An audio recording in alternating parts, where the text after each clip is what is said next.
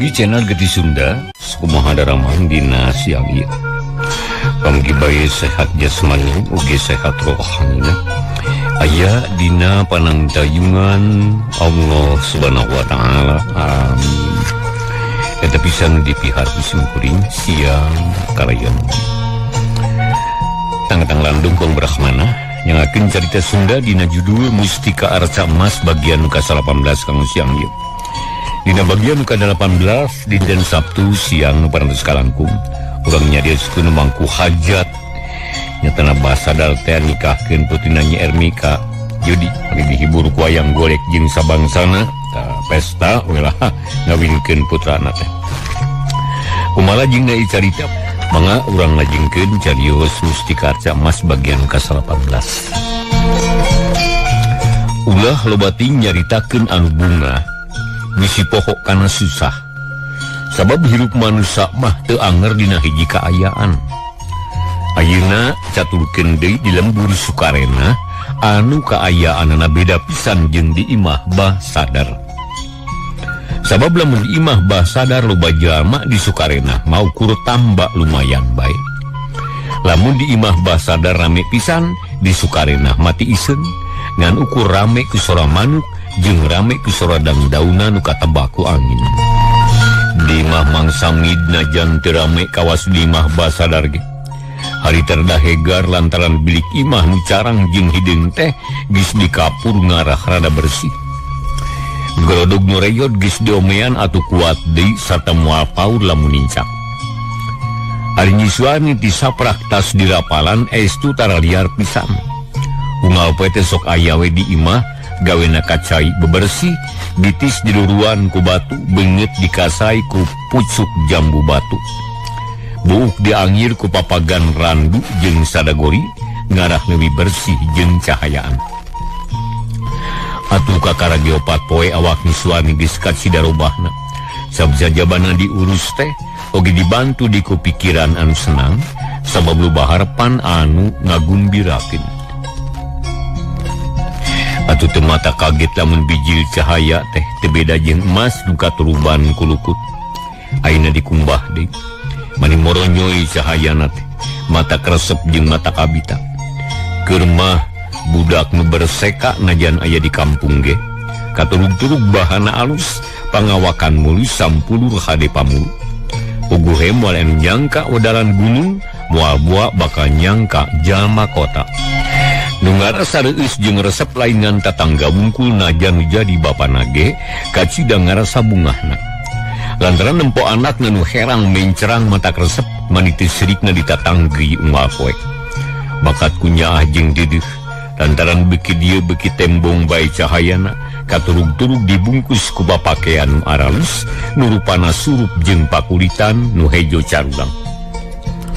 Nyapuguh bae beuki herang lir mustikana dipileuweungan moal aya nu nyangka wedalan kampung sabab teu pantes aya di desa teu surup aya di kampung. Kacaturkeun dina hiji poe harita ngan kari sapoe di kana datangna Yakub nu geus janji rek datang dina poe isukan. Nya sarelea geus ngariung kalayan yakin jeung ngaritung deui yen pidatangeun Yakub deui isukan. Atuh poe eta ge mangsa mid geus babahanan malah geus menta bantuan ka Akiliman katut Mang Otom jeung bojona. Sangkan ngamimitian digawe di imahna sabab kudunya dia kendahareun sapuratina sakumaha umumna anu arek salametan. Jadi sok sanajan teu rongkah ge anu kasebut ilahar mah diayakeun wae. Harita Akiliman ngariung jeung Mang Samid katut Nyi Suwarni nu geus rapih menang dangdang. Dibaturan di Kumang Otom jeung bojona. Rek kumaha ayeuna jang? Sok wae atur kudu boga hajat.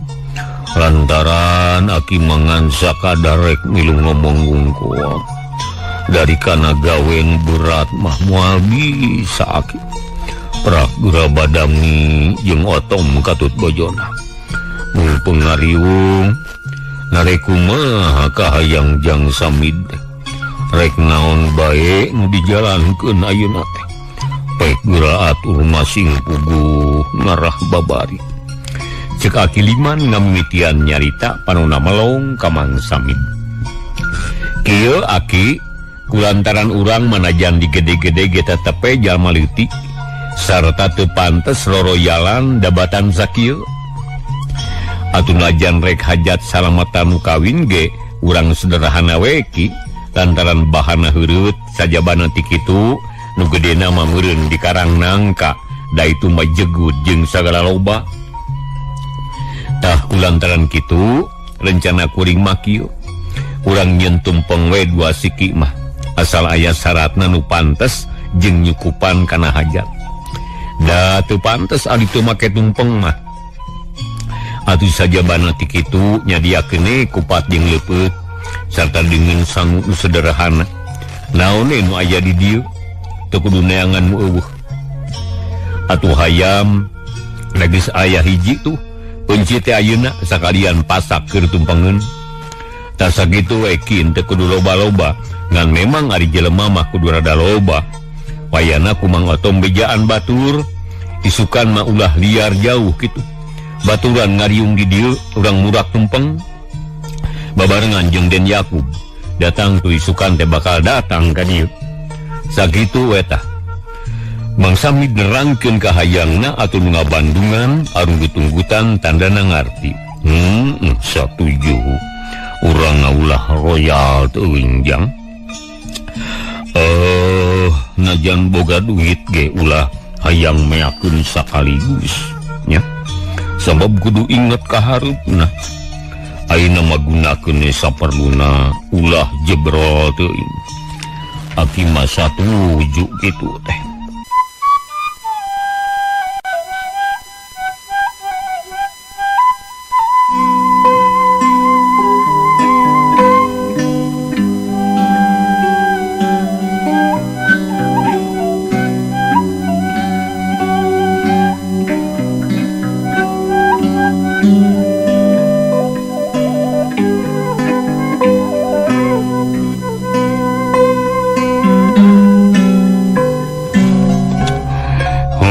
Satuju urang maulah royal teuing jang.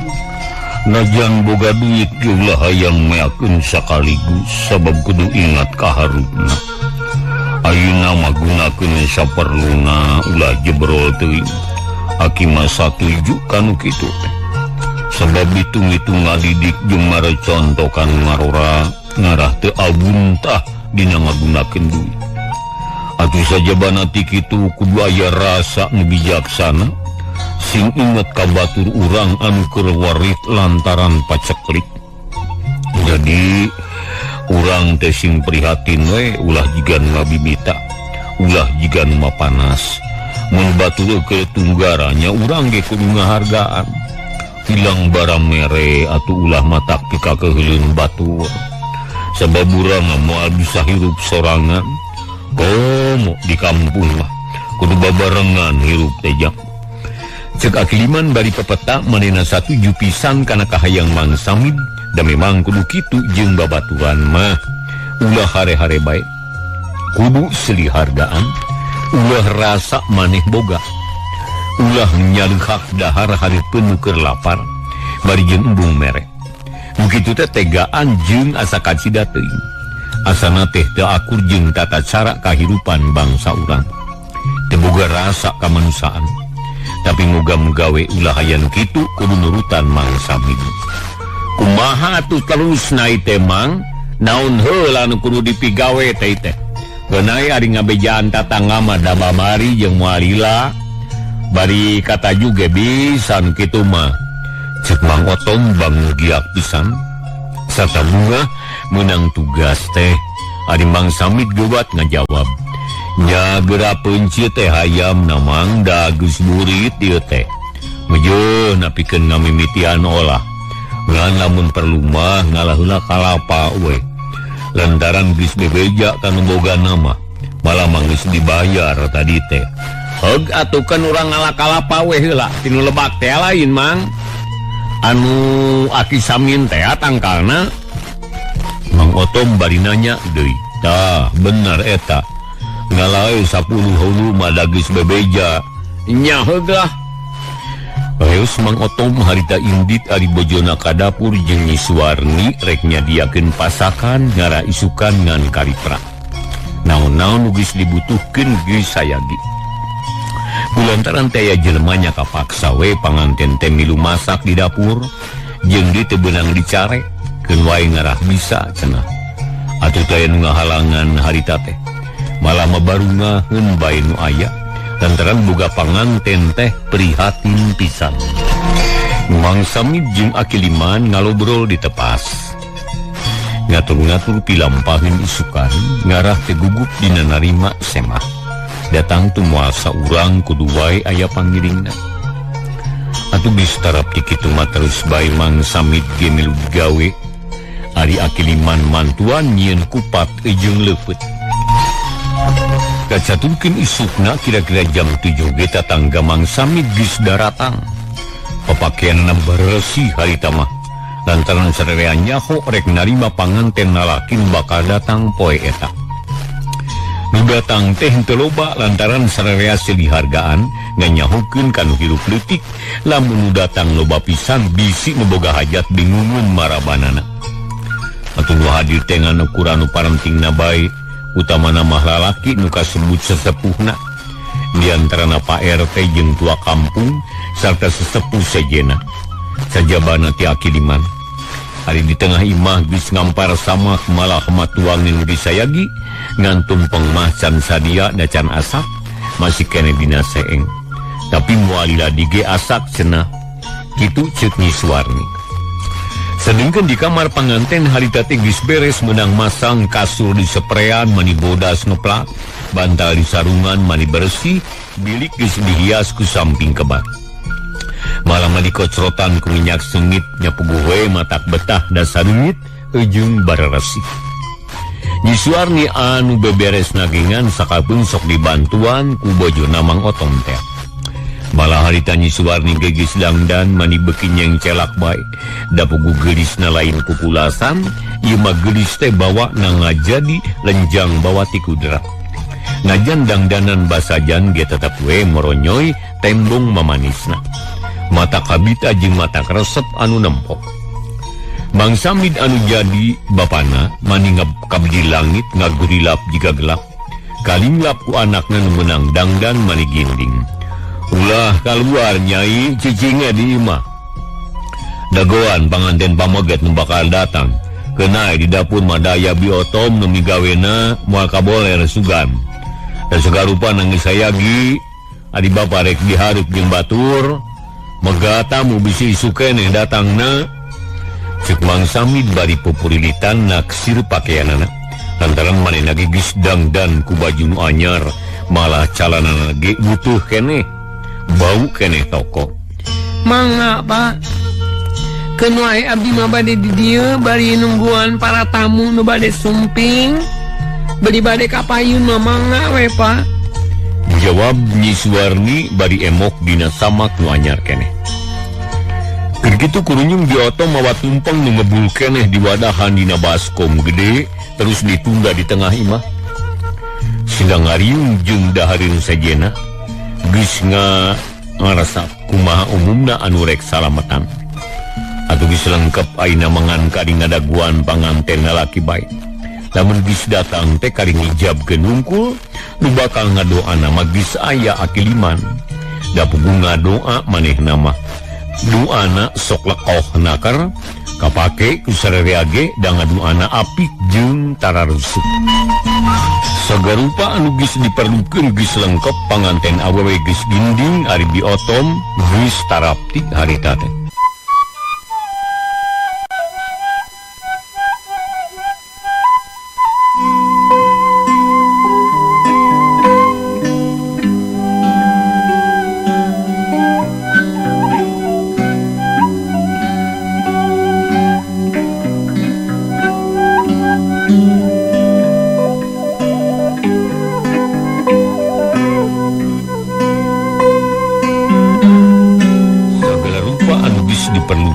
Lengkap panganten awewe geus ginding ari biotom geus tarapti tugasna geus rengse ngan kari prung bae salampetan teh.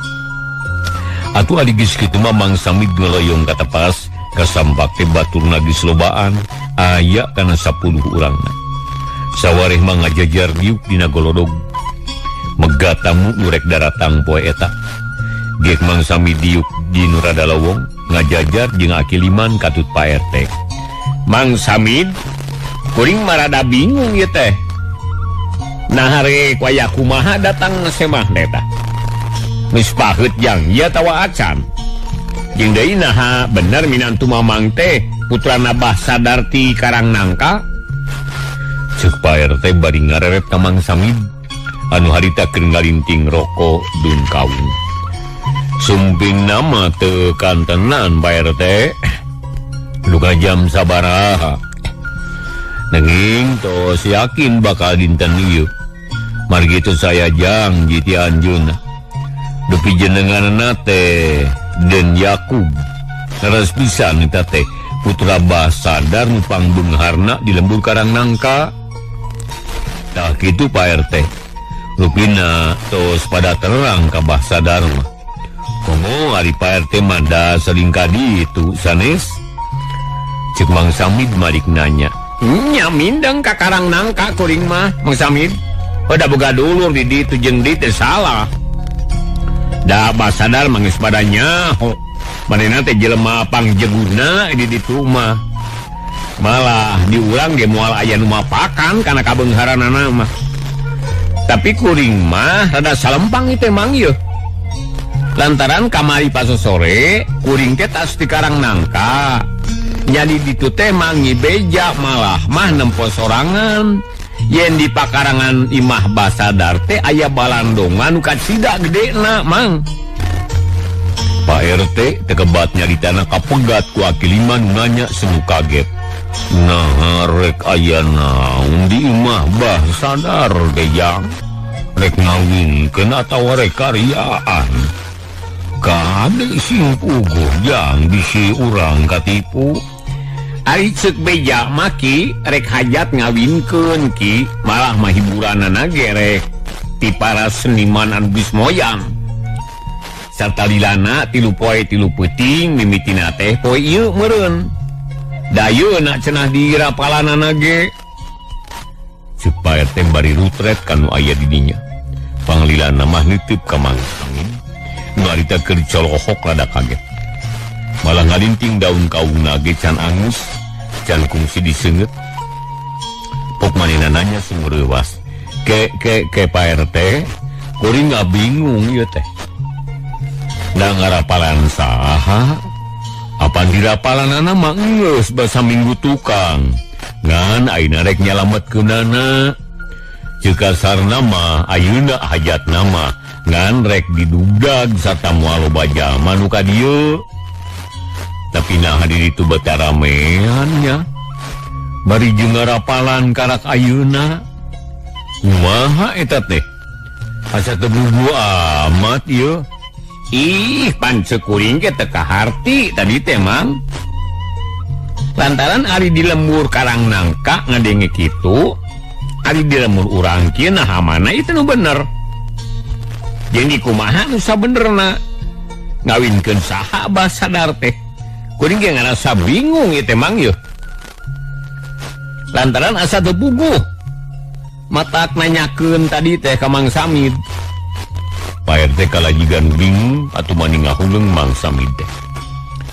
Samalah sadaya ge jempe kawas anu bingung deui. Lantaran manggi beja kitu ti Pak RT. Tapi lila mah akiliman nyarita deui omonganna mere harapan ka Mang Samid. Ulah waka bingung jang. Lantaran eta mah barang can puguh ngaranna ge beja asok beje. Sok ngalintuhan di jalan hari beja mah. Ayeuna masing tenang we.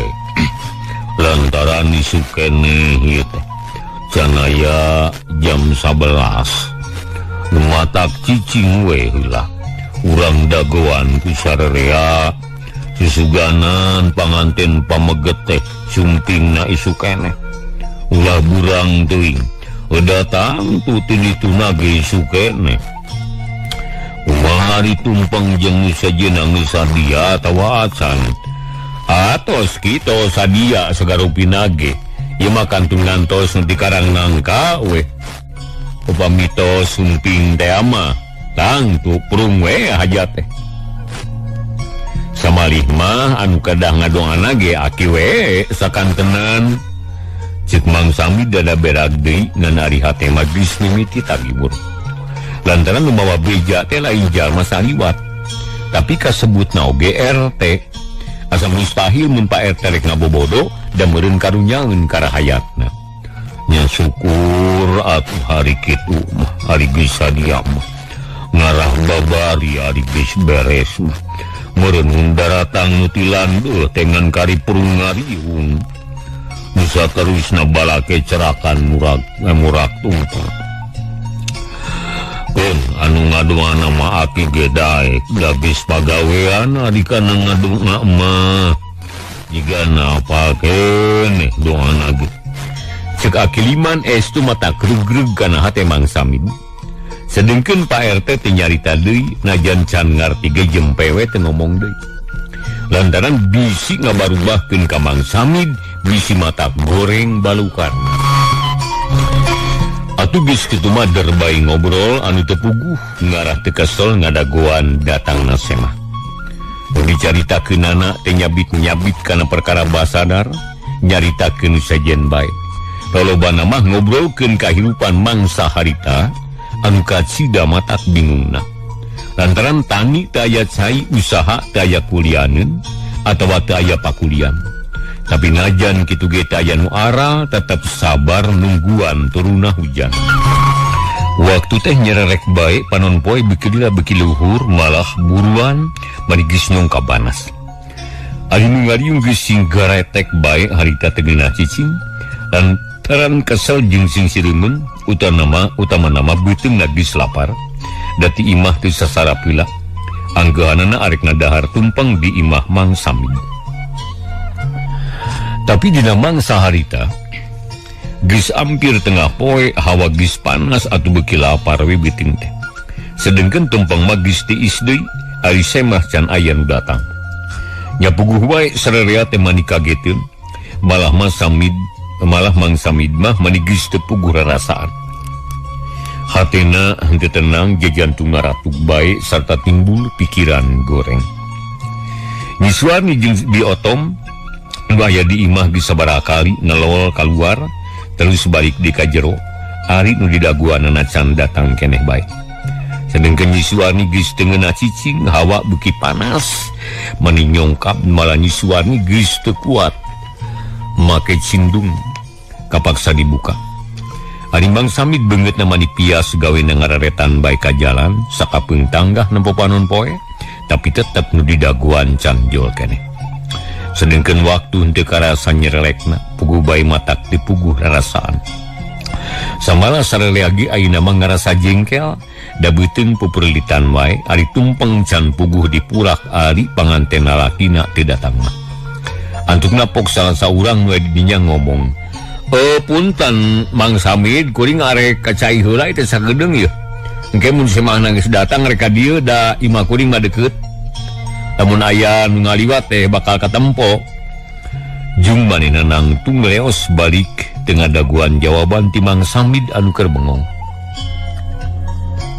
atuh ngan bati colhoke Mang Samid terus tanggah tetela panon poe beuki ngulon nya akhirna mah nepi kana wanci asar sedengkeun di daguan lebeng teu aya beja-bejana acan atuh sing kuliat jalma teh narangtung bari murilitkeun cangkengna pok Pak RT ngomong bangun bingung aduh kumaha mun geus kieu Mang yang geus wanci asar ieu tapi nu daguan can bol-bol keneh wae ieu teh nah kudu kumaha lamun geus kieu arek ditungguan wae atawa kumaha matak buntu kalakuan lamun kieu mah ieu ari Mang Samid dengan jawab kalangahuleng bangun bingung lantaran tinyaho ku bijawabeun teuing kudu kumaha ngajawabna kitu salah kieu salah matak bingung pipikiran tisangka jah kudu kumaha atuh lamun geus kieu agi ge bingung ari semahna teu datang mah urek ngahajatan naon ari pangantenna teu datang mah Akiliman jika nambahan bingung atau beki ngahulang bae Mang Samid tepuguh rasaan serta jajantung natagibur maniratug ka Akiliman ge tengah jawab kala katangga ka langit. Atau bingung sararea ge lantaran pribumi kala ngahulang antukna nuntutan baralik hiji-hiji sing laleos bari jeung teu nyarita. Da pugu kesel atuh mangkaning ti isuk candahar kali-kali aya tumpeng oge can dipurak puguh we kawas nu disiksa. Puasa lain da teu sahur heula jeung teu niat. Nu mata kacidari puhna kikituan teh. Lantaran lapar gigirin tumpeng puguh he menika siksa batin jalma-jalma teh teu aya nu kuat nahan. Nu mata sing laleos baralik heula. Ngan Akiliman jeung Mang Otomah teu milu baralik cari cing bae di dinya maturan Mang Samid anu keur bingung. Urang caturkeun Nyi Suwarni harita teh mani geus pias ari kesang tiis maning ngucur sakujur awak. Perbawah hate anu teu puguh rasa pipikiran kumalayang kanu teu puguh. Atuh beungitna anu tadi moronyoy teh ngaradak jadi surem, pamorna leungit kasaput ku mega hideung jiga rek hujan gede. Puguh bae bi otom nu diuk gigireunana maniwatireun pok ngomong. Sing tenang Nyai, sing tenang ulah gugup jeung ulah wakaleutik hate. Sing sabar we da moal lila tangtu salaki Nyai teh bakal datang. Keun wae da moal burung di baturan, ku ibi ge moal teuing ditinggalkeun sorangan. Bi otom jiga geus ngarti kana kaayaan hate Nyi Suwarni kasawang tina paromanan surem, harita teh Nyi Suwarni teu ngajawab. Ngan ukur molohok kana tumpeng nu geus garing sisina. Ti korona olok-olokan kawas nunahan picerikeun. Malah telila cipanuna ngarencelong antukna nyurucud mapai pipi. Masuhan wedak maningan saredak. Atuh bersih wedak teh kabawa panid ku banjir Cipanon. Bi otom maninggal pernahan perasaan. Manehna geus teu bisa ngarasakeun kumaha peurihna hate Nyi Suwarni. Atuh teu wani ngomong di biotom tengan diukna bae ngiseg ngadeukeutan ka Nyi Suwarni gep dicekal tak-takna bangun geget jeung deudeuh kawas ka anakna bae. Tetela kalakuan biotom kitu teh kalakah nambahan sedih pikeun Nyi Suwarni mah. Lantaran dumadakan beungeut indungna anu geus maot nembongan deui. Burubut Cipanon beuki juuh tapi henteu nepi ka curik auk-aukan mah ngan ukur nginghak bae bangun anu kanyenyerian. Malah teu hantu Akiliman jeung Mang Otom ge keselin harita teh. Duanana carengkat hampir bareng, da tadi mah pahulang-hulang bae semu bingung, pok Akiliman nyarita lalaunan. Ujang, Aki teh kesel jeung direkata juga lah bari sakalian mani. Wayahna werek ditinggalkeun heula nya. Mun mah datang mada moal ku di bejaan, tang dua gerek ka dieu deui. Reos Akiliman indit tengah daguan jawaban dan teran Mang Samid beuki bingung bae. Kumaha atuh Mang Samid? Da kuring ge can ngarit ieu teh mangkaning jukut geus beak.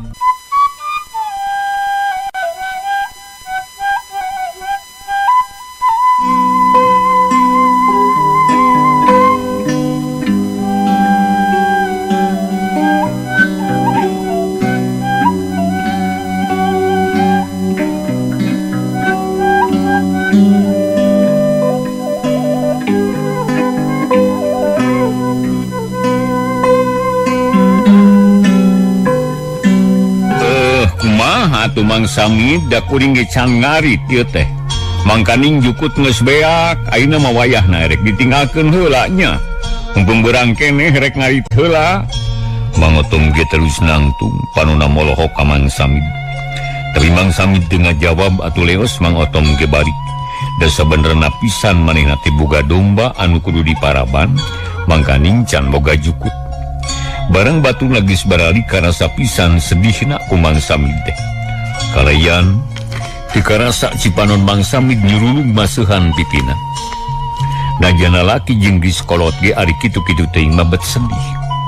Kumatak tu geunah ari nu sangsara sakalieun manggih kabungahan teh kudu we ngecelakeun Cipanon.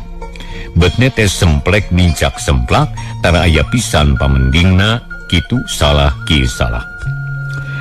Mang Samid lila ngahulang dina golodog panonna harita melaung ka Gunung Munjul anu tetap ngajegir taya robahna. Ari di puncak gunung katempo tatangkalan sing palenot lantaran katebak angin nu katsida gedena. Surana seah meninggal guru kawas ngaguruna hate Mang Samid anu tunggara. Dina hate timbul rupa-rupa pertanyaan naon sababna Yakub henteu datang jeung naon sababna make janji ari moal dicumponan mah. Katurug-turug ngadenge beja ti Pak RT yen basadar keur hajat ngawinkeun nah ngawinkeun saha nu sabenerna. Lantaran ngarapalan anak nama apan geus beres. Tapi pertanyaan Mang Samid daya nu ngajawab. Lantaran didinya teu aya batur. Sedengkeun panon poe kala beuki handap bae jiga rek antol kana embun-embunan Gunung Munjul. Di lebak geus kadenge sorato ngeret manireang. Yakin harita geus burit. Atuh maninggal renyap Mang Samid lantaran semah nu di daguanana teu datang. Gusti, naha naon hartosna ieu teh atuh. Bet asa bingung, matak sedih jeung matak jengkel. Kumaha atuh nu sabenerna? Naon sababna Den Yakub daya datang? Duh, ampun teuing aya-aya we pikiran teh. Betekuhan teu aya bagja teu daulat. Matak wiwirang lamun kieu kaayaanana. Mang Samid ngomong dina hatena, panonna geus ramas bas bae teu kuat nahan cimata. Hate Mang Samid katsida peurihna, lantaran bet asa kabina-bina teuing asa katipu ku Mang Lintrik jeung Yakub anu geus kedal janji rek datang poe eta. Tapi kanyataanna ti beja ti carita lebeng sapoe jeput teu aya datang. Padahal magis yakin pisan pidatangin teh poe eta. Barang keun ngahuleung bari ngumbar si panon lar aya nu ngaliwat horeng Ishak nu sok lalar liwat ka lembur Karang Nangka da tukang dagang. Malah mah poe tadi tas di Karang Nangka sarta nyaho pisan kana kaayaan di ditu. Barang ngaliwat ka hareupeun Mang Samid Ishak rada ngarenjag. Lantaran empo Mang Samid anu semu bingung sarta alum reg Ishak eureun. Punten Mang nuju naon ngadaweung kitu eta? Ishak nanya bari ngeuteuk atuh bari ngarenjag Mang Samid teh manehna reuaseun da keur ngalamun. Eueuh, geuningjang Ishak. Tas di mana mani luut let ke sangjang? Jiga nu tas nyaba jauh. Sok atuh diuk heula jang, Bang rek nanya. Mang Samid dada berag meusan lantaran nyahun yen Ishak mah tukang mudul. Sok apal kana kaayaan di daerah Piarean. Atuh koloyong Ishak tengah deketan gek diuk dina golodog. Jadi hatena ngarasa kaget nempo Mang Samid teh lantaran ngumbar si panon. Aya naon ieu teh Mang? Jeung di kunaon ieu teh? Jiga-jiga aya nu teu beres ieu teh, matak raduas jeung panasaran. Nah boga kan nyeri atawa kumaha Mang? Ari ujang tas di mana? Mang Samid kala nanya deui. Tas mudun Mang, tas dagang gula bari sakaliannya lalajo. Tadi teh ulin ka Karang Nangka, aduh mani rame Mang. Keur nangap wayang di ditu Mang. Ceuk Ishak bangun reus lantaran asa pangnyahoana bae, da puguh urang dinya mah teu aya nyahoeun harita teh. Kajaba ti manehna wungkul, bubuhan tukang ngider ka daerah landeuh bari dagang. Tah eta nu rek ditanyakeun ku Mang teh. Nah saha nu nanggap wayang teh jang? Gawe naon cenah? Kawinan atawa karyaan? Jeung adi kumaha kaayaan di ditu teh atuh? Mang Samid mani teu sabar hayang geura nyaho kana kaayaan di lembur Karang Nangka dina dangat harita. Tadi teh kuring teh nyaksian biantara cenah mah tua kampung minangka wakil nu boga hajat. Eta rarang mayan teh dina ralaga nikahkeun putra basadar nyaeta Nyi Ermi ka saha ke poho deui Mang tadi teh. Ishak nu sapeula tarangna terus ngahulung kawas nu mikir ari Mang Samid ngarenjag. Lain ngawinkeun jang Yakub ka Nyi Suwarni jang. Ih lain Mang lain kitu. Ieu mah nikahkeun Nyi Ermi ka Kajang Jumadi. Nah, Kajang Jumadi. Nya bener Jang Jumadi lalakina teh. Tak itu cenah Mang malah hiburanana ge rek 3 poe 3 puting. Kasian kasenian lagi segala aya.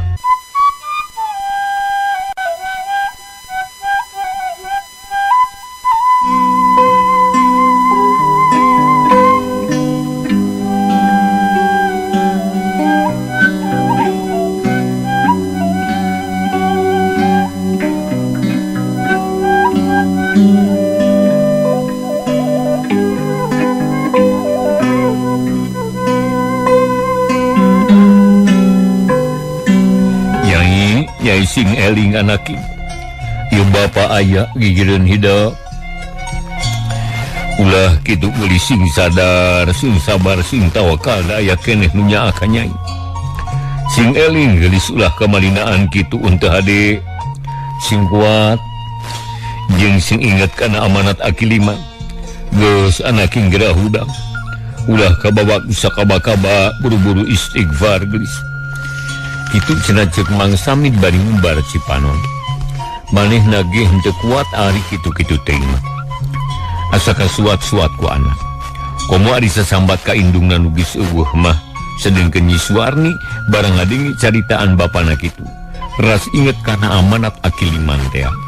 Basa mapatahan ka manehna sameneh dirapalan. Dumadakan picerikeun teng ruangan Cipanon ngorotan sarta teu peulih teuing kana hate. Jeung cangkata launan Bani Sutan Cipanon. Bari katempo ku Mang Samid beungeut Nyi Suwarni mani pias jeung bari geus mata kuatir. Jadi teh lapisan sedihna teh da beda tina sorot panonna. Ngan bae ari nempo anakna cengkatna Mang Samid dadar greg hatena. Sing sabar gelis.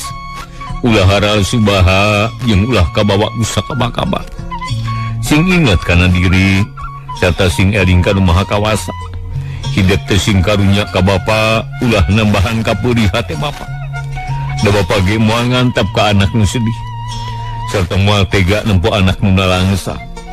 Tapi urang teh kudu sabar heula lantaran najan salaki hidup teh datang ge can puguh ngangapruntah ka urang teh. Buating ripuheun, buating pohon maklum nu hajat gede masuk tagibur. Sok poho kana nanaon da loba uruseun. Tah sing inget kadinya gelis. Sugani isukan mah datang, pada pira ku ari rek poho onaman ka hidup jeung ka bapa. Kitu ceuk Mang Samid bari ngusapan anakna jiga ka budak leutik bae. Sedengkeun di otom teu milu nyarita cicing bae bari ngumbar Cipanon. Colohok ka Nyi Suwarni. Bapak, abdi mah asa sedih, Pak. Nah boga salaki teh kitu. Mun nya teh mah ayeuna keur ngawinkeun adina, naha atuh manin teu ngabejaan. Abdi mah ambon sorangan. Apan abdi teh hade goreng ge istrina nu sakuduna dibejaan. Tapi ieu mah mani teh dideret-deret acan. Kawas nu cua ka abdi teh, Pak. Komo kana janji mah mani teu inget. Bebeja rek datang mani teu mbol acan. Eta kitu peda abdi mah urang Gunung Baulisung. Peda jalma nu sangsara balangsak taya hargaan. Nah bet ka bina-bina teuing, Pak. Abdi sedih teuing. Beteh nyana bakal kajadian kieu, Pak. Cik Suwarni bari Sutan Cipanon anu teu woleh murubut lantaran kacida sedihna. Ari Mang Samid bani rumaing hap ka anak kacidanya ahna, tapi ari sedih mah teu bisa nulungan. Tapi mungguh hiji kolot. Teu beak-beaknya akal pikeun nulungan jadi anak. Sangkan teu ti kalebek kana sagara katunggaraan. Ieu Nyai anak bapa. Ulah boga pikiran kitu anaki eta teh goreng. Urang masing sabar wae nungguan. Keun wae teh ayeuna sugan isukan. Saburang teh kudu ngarumasakkeun jalma sangsara. Jalma hina nu taya hargana ulah sok loba ka susah jeung ka sedih da urang mah geus biasa. Apan salirana ge urang mangan ukur bingung jeung sedih. Tak kulantaran kitu wayahna sing sabar ulah waka boga pikiran goreng. Buat tingjang Yakub dari puhun daya waktu keur ka dieu. Nu matak teu kudu salempang anaki. Buat ingin sukan mengaguruduk datang ka dieu. Agungnya paralun Bapak. Abdi mah teu boga maksud kitu, Pak. Henteu nyangka goreng ka salaki. Ngan asa kuteng teuingeun ka pamajikan teh ngangapina. Mani teh ngabejaan boga dulur dikawinkeun. Na era kitu mawa pamajikan ti kampung. Nah atuh make daek ngawin ka abdi. Mun era meneangan we awewe ti kota nu harerang mencrah. Cik Suwarni bari ngalengis Cipanon teu oleh murubut bae da teu beunang ditahan. Sing sabar anak sing sabar. Da bapak ge ngarti ngan hidup teu kudu leutik hate. Dantanan ari cuk pamikir bapana. Bapak mah. Bangga teu ngabejaan teh karunyaeun sabdis ka sawang ku urang ge. Ari keur hajat rongkah mah tangtuna ge loba jalma balawiri pabaliu teu puguh. Moal bisa jongjon bawa nyai ka ditu sok sieun teu kaurus ku loba gawe. Atuh sajabana ti kitu bisi nyai ngerakeun ka jalma loba. Dan nyai mah urang kampung nu can nyaho kana tatakrang mak kota. Bisi ngerakeun ka salaki nyai sarta bisi ngerakeun ka ibu ramana. Jaga ge mun nyai geus apal sarta bisa ngarti kana tata cara kota mah. Nyai teh moal burung dibawa. Tah kitu ceuk pamikiran bapak mah nyai nu matak teu kudu sedih urang teh tapi kudu bunga. Kitu ceuk Mang Samid tetep ngalalem ka anakna sangkan ulah sedih teuing. Padahal nu karasa ku hateuna ge memang matak sedih. Bet asa katsida teuing boga minantu anu keur didiaria nepi ka teu ngabejaan malah manepi ka poho kana janji. Dan mustahil ari kolot narek hajat gede mah sahanteuna kudu ngabejaan ka Mang Samid da hade goreng ge mitoha Yakub. Tapi Yakub teu boga pikiran pisan. Mani ganggap tunggul bae. Kitu ceuk pamikir Mang Samid ngan henteu dikedalkeun. Atuh da teh cukup ku kitu Pak. Tu tingali tumpeng ditapuk laleur geus tariis jeung gararing.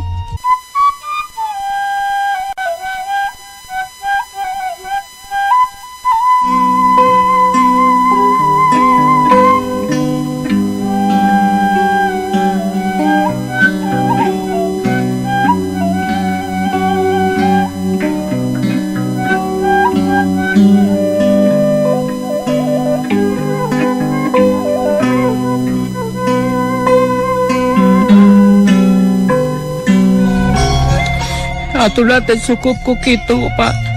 Tu tingali tumpeng ditapuk laleur geus tariis jeung gararing. Atuh mubazir menang hese capek. Popolah ti kamari henteu kapake. Nyadiakeun urek datang teh kala ka ngawiwirang. Lebar ti nemenan ku tumpeng Pak. Apan aya teh sumpat saklik. Boro-boro ku tumpeng sacongcot atawa 2 congcot. Kusanggu sapiring ge lebar pisan sabab keur welit jeung ti batang dusak mending bagikeun ka batur. Ciku Suwarni bari nunjuk kana tumpeng. Anu teh lagi segararing sisina lantaran hawa teh katsida panasna sarta sapopoe ngabarak bae di tengah imah. Atuh meniru menghap Mang Samid teh da bener pisan caritaan Nyi Suwarni kitu. Lantaran dina mangsa harita mah beas teh katsida weritna. Gaharti nyai geun wae teu kudu salempang. Ayeuna mah teu kudu ngadaguan datangna salaki nyai. Ieu tempeng urang purak bae. Urang bagikeun ka tatangga lantaran moal beak urang mah. Jeung dilebar bisi haseum ari diisukeun mah. Cik kadinya pangbagikeun biotom. Dataya di batu wayah nawe capek serangan oge. Kitu ceuk Mang Samid bari ngareret ka biotom nukeun sutan Cipanon. Mangga teuing Mang Samid keun wae da kuring marido. Moal aral najan capek ge. Keun urang bagikeun ieu tumpeng teh ngarah ka ala mangfaatna geus nyai. Ulah nangis teuing. Sing sabar da isukan mah moal burung datang salaki nyai. Pek ayeuna mah geurap calik sing raos. Keun wae pagawean mah urang rengsekeun ku ibi. Jadi ceuk biotom bari terus pindah ngadeukeutan tumpeng. Nu diisuk taya noel-noel acan. Mangga bi. Jawab dengan sakitu berbei Cipanon Nyi Suwarni juuh deui.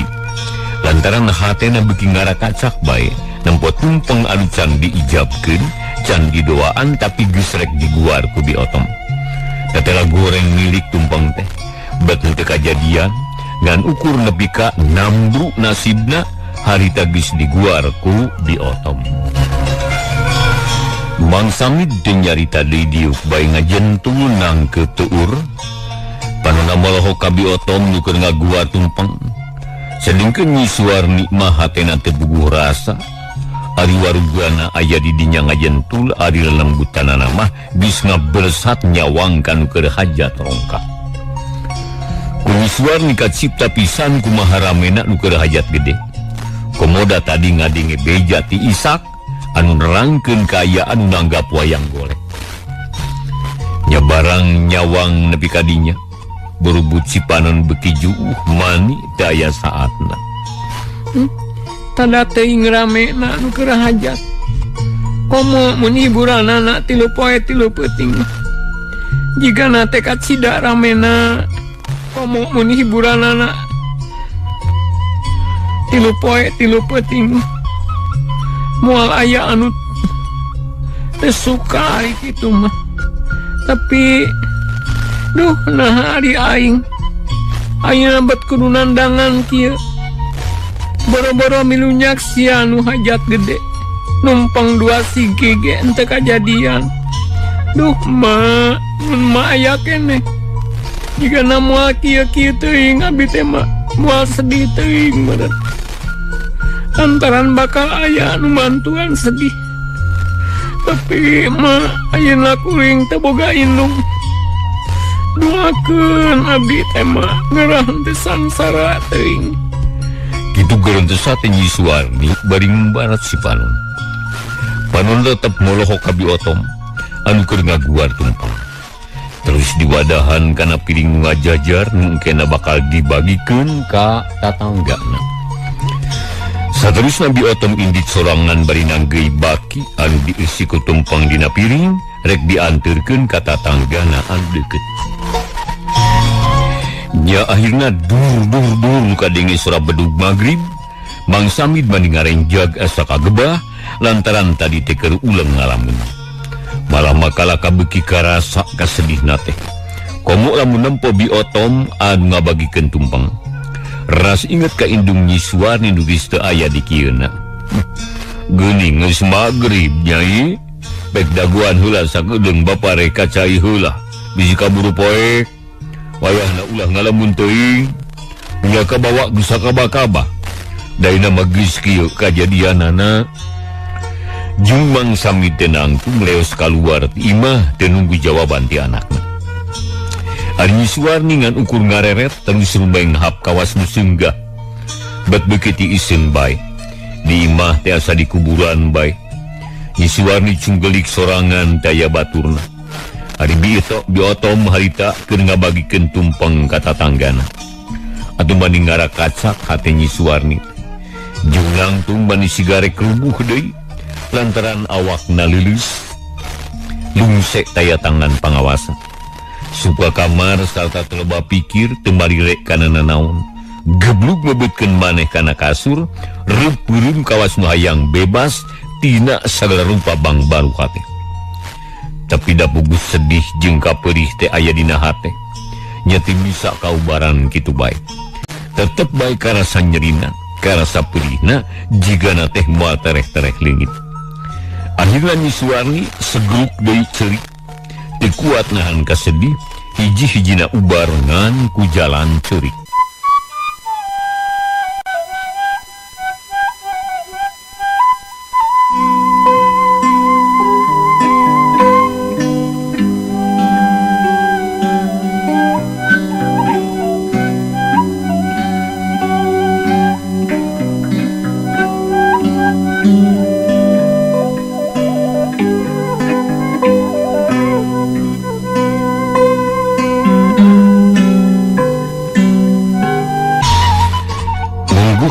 Jama anu keur sedih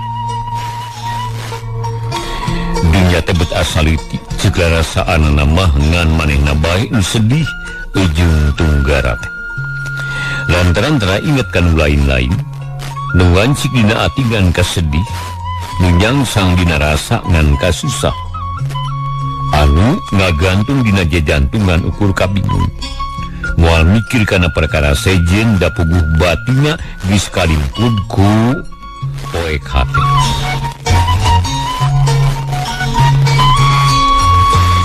Tapi nah bener misok sedih teh urang kampung wungkul. Nah bener nusok susah dengan jalma nu sangsara wungkul cantang tuk kitu. Lantaran najan nu aya di kota ge tetep we ari kasusah mah aya. Jadi najan aya anu di jero gedong ge ari keur mangsana sedih mah nya sedih we. Ubarna teh ku ngaragrakeun Cipanon. Sararea ge ari sedih-sedih teuing mah nya ceuri. Dengan sakitu ubarna sedih mah biasana lamun anu sedih geus ngabijilkeun Cipanon sok rada ngurangan rasa sedihna. Sok sanajan teu kabeh bisa leungit. Tapi nu rek dipedar di dieu lain sedih jeung Cipanon lantaran eta mah beda deui jujutanana. Dayeuh Sumedang dina mangsa haldo karasa nyongkabna panas. Boro-boro dina waktu tengah poe najan pas sore ge sok karasa keneh haridangna sarta karasa keneh bayi liangna. Harita teh kirawan ciliwat asar. Panon poe geus handap pisan cahayana mani ngempur bengras naker. Dina mangsa kitu geus meujeunna barijil para mojang anu lenjang geus meujeunna kalaluar. Punten? Geus meujeunna kalaluar wanoja anu maridang. Jalan-jalan mapai sisi jalan raya bari ngadagoan burit.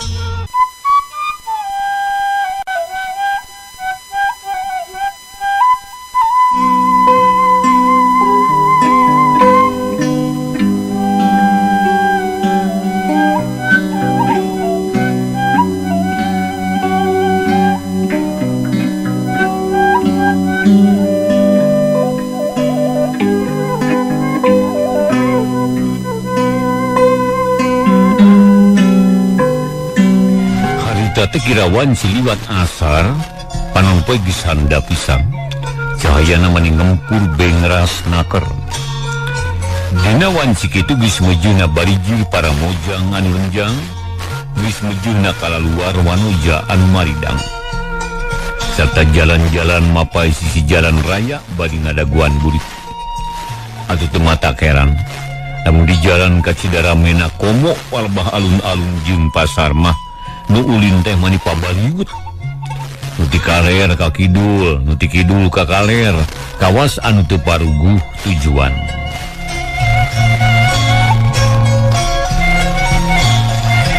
Di antara para mojang jeung jajak anu sakitu lobana teh, aya hiji jajaka anu limpang sesoranganan, papakeanana rada beda jeung batur, estuning ginding pisan, kawas-kawas terah mena. Da beda dina gayana limpang jeung beda dina dedeganana. Eta jejaka limpang maju ngidul bangun salse kawas taya karingrang da mani ngagandeung ngan bae taya baturna. Nah bener eta jejaka teh keur senang hate urang Bandung maneh saterusna. Manehna teh tetep limpang kawas taya kacape maju ngidul. Tapi barang nepi ka sisi alun-alun beula kaler ininya pasaran dog jeung hiji jalma nu geus rada umuran. Meureun kira-kira 30 tahunan. Eta jalma tumpak kuda mani salse sarta panonna toleh rarat-reret ka unggal tempat kawas aya nu diteangan. Heran, na ka mana losna den liana teh cenah? Aing geus lila ieu neangan nabi can aya ratanana. Apaan cuk ramatna mah rek alun-alun cenah. Tapi naha mani teh aya ratanana? Boba ulin akan jauh yo. Lantaran sok ka Cimalaka manehna mah. Heuh sok ngadon mandi di Cipanten, Cipanten. Aduh, tapi hari itu saha itu. Wah, masalah di eta geuning dan diana teh. Tas gimana cenah mani ngagandeung kitu? Heuh, dipegat sia. Kata jalma mengkolkeun kudana, terus sina ngadeuketan ka jajakan tadi. Nya teu lila geus pahareup-hareup jika rek diadu atau duana ngarendeg sedengkeun dina kuda poknanya bari turun samurusuh tina tonggong kuda. Aduh murid di mana itu den? Aduh akang mah geus lieur larian aden teh geus ngider ka unggal tempat tapi naha ayeuna aya di dieu. Tambah dinaon larian abdi kan? Apa nabi ge tos pupulih ka ama? Abdi teh bade jalan-jalan hayang ngubah pikiran anu rungsing bari nempuan para mojang.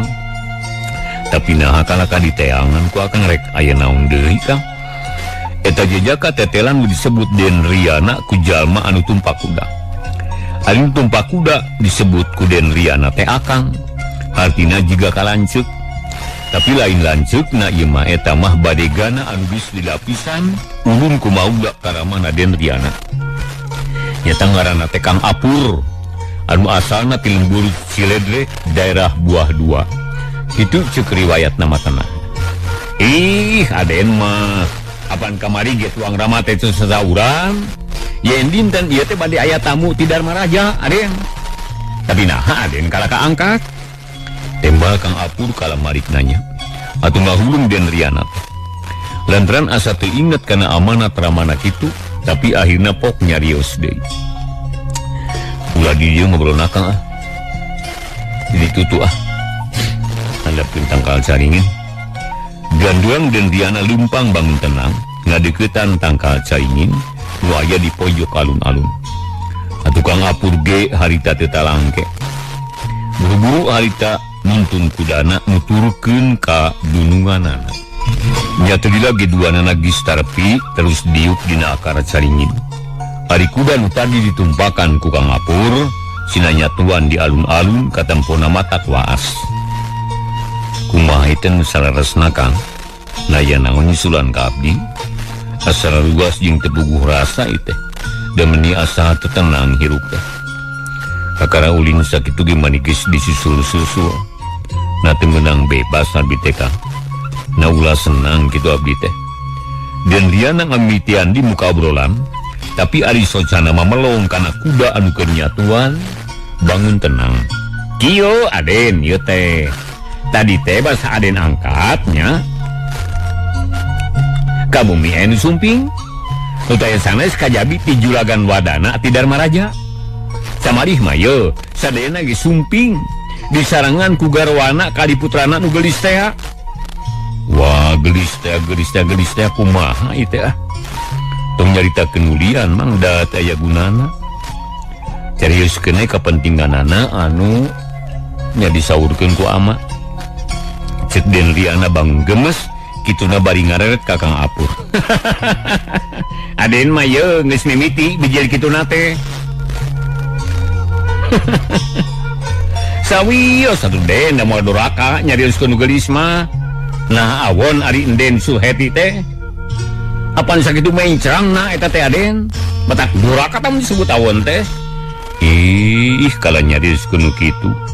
Geus waktosna penjakapan. Tupina urang pungkas dicekapeunkeun ka dieu heula carita Sunda dina judul Mustika Arca Emas bagian anu ka-20. Nuhun kepada sarana wilujeng baturai insyaallah carios Mustika Arca Emas bagian anu ka-22 enjing siang tabu 2 urang lajengkeun deui.